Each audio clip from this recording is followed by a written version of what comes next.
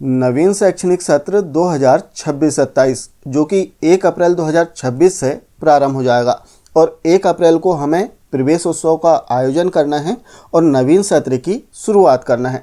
अब नवीन सत्र में यदि हम बात करें तो एजुकेशन पोर्टल 3.0 में कई सारे ऐसे ऑप्शन हैं जिसमें हमें वर्क करना होता है। कई काम ऐसे होते हैं, जैसे हम बात करें मैपिंग की, क्लास अपडेट की या फिर छात्रों को अनमैप करने की, वो सभी कुछ कार्य हमें एजुकेशन पोर्टल 3.0 से करने होते हैं। लेकिन नवीन सत्र 2026-27 में कुछ काम ऐसे हैं जो समस्त प्राथमिक और माध्यमिक शालाओं के संस्था प्रमुखों को करना है, जो कि पहली बार पोर्टल पर ऐड किए गए हैं। जैसे हम बात करें साइकिल की, तो साइकिल के लिए जो ऑप्शन है, सामान्यतः लास्ट ईयर तक हमने देखा कि माध्यमिक शाला या फिर हाई स्कूल हायर सेकेंडरी संस्थाओं में ही दिए जाते थे, लेकिन इस बार जो साइकिल के लिए ऑप्शन है वो प्राथमिक शाला और माध्यमिक शाला दोनों ही प्रकार की शालाओं में दिए गए हैं।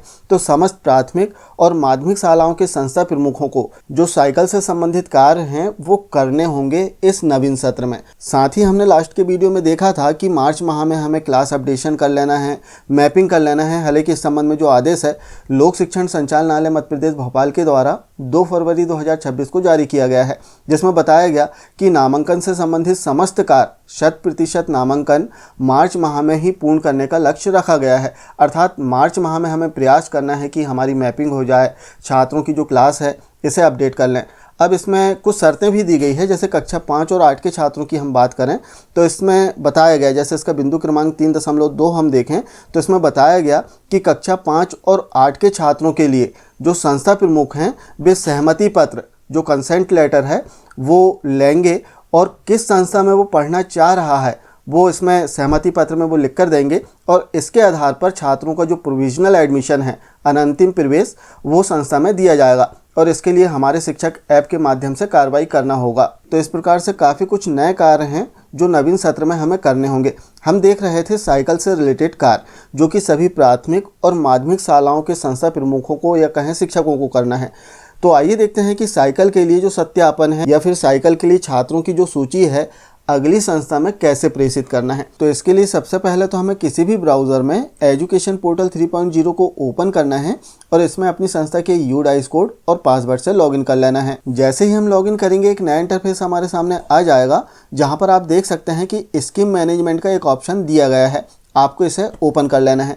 ओपन करने के बाद में पहला ही ऑप्शन आएगा साइकिल डिस्ट्रीब्यूशन का, इसे ओपन करें। ओपन करते ही आप देख सकते हैं कि यहाँ पर एक नया ऑप्शन दिया गया है, अपकमिंग साइकिल डिस्ट्रीब्यूशन 2026-27। इसे आपको ओपन कर लेना है। अब जैसे हम ओपन करते हैं तो यहाँ पर जो एकेडमिक ईयर है, जो नवीन शैक्षणिक सत्र है, वो यहाँ पर सेलेक्ट मिलेगा। आपकी अंतिम कक्षा आपको यहाँ से सेलेक्ट करना है। यहाँ पर कक्षा 5 और 8 दोनों प्रदर्शित होंगी, तो आपको अंतिम कक्षा यहाँ से सेलेक्ट कर लेना है और सिंपली सर्च पर क्लिक करना है। जैसे हमने सर्च पर क्लिक किया तो संबंधित कक्षा के जितने छात्र हैं उन सभी छात्रों के नाम नीचे आ जाएंगे। अब जैसे आदेश में भी बताया गया है कि कक्षा 5 और 8 के छात्रों से सहमति पत्र लेना है और कंसेंट लेटर आपने ले लिया, छात्र ने बता दिया कि वो किस संस्था में पढ़ने जा रहा है, आपको पता है।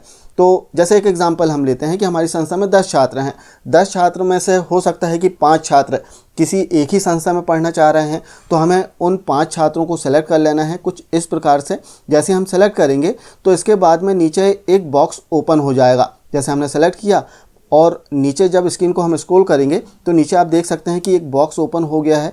यहाँ पर हमें उस संस्था का डाइस कोड, UDICE कोड जो कि 11 अंकों का होता है, उसे फिल करना है और सर्च पर क्लिक कर देना है।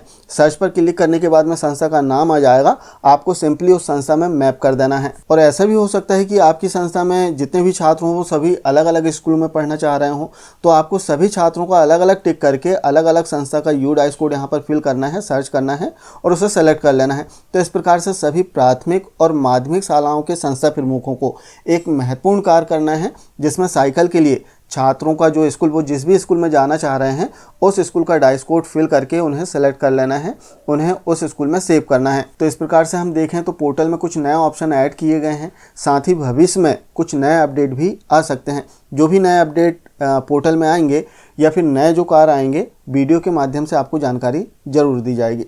तो आशा है जानकारी आप समझ पाए होंगे कि साइकिल के लिए किस प्रकार से हमें छात्रों का जो सत्यापन है या फिर कहें छात्रों को किस प्रकार से अगली संस्था में सेंड करना है, इसे आप समझ पाए होंगे। मिलते हैं कुछ इसी प्रकार की जानकारियों के साथ में नेक्स्ट वीडियो में। तब तक के लिए जय हिंद।